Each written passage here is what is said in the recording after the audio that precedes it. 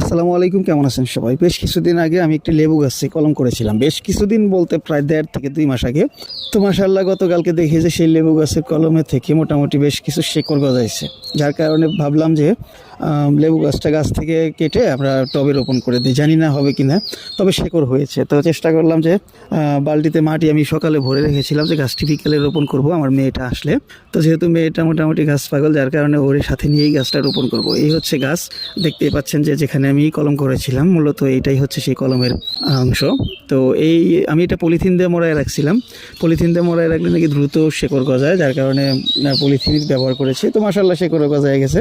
তো চেষ্টা করলাম যে এখন এটাকে নিয়ে যেভাবে হোক একটা টবে সেট করি। টব তো ওইভাবে কেনা হয় না, জাস্ট একটা ভাঙা বালতি ছিল, সেই বালতিটাতে আমি সকালে মাটি ভরে রেখেছিলাম যেন বিকেলের দিকে এটাকে যেন করতে পারি। তো মাশাআল্লাহ সুতা দিয়ে বাঁধছিল, সেগুলো খুলে দিলাম।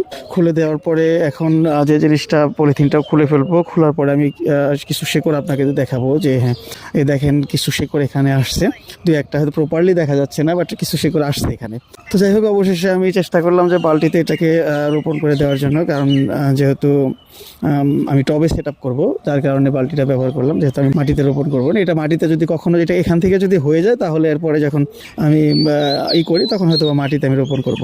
তো ইনশাল্লাহ দোয়া করবেন গাছটি যেন বেঁচে থাকে, আর আমি অবশ্যই আপনাদেরকে আপডেট দিব। আর ভিডিওটি যদি ভালো লাগে অবশ্যই লাইক, কমেন্ট এবং শেয়ার করবেন। ভালো থাকেন বন্ধুরা, আসসালামু আলাইকুম।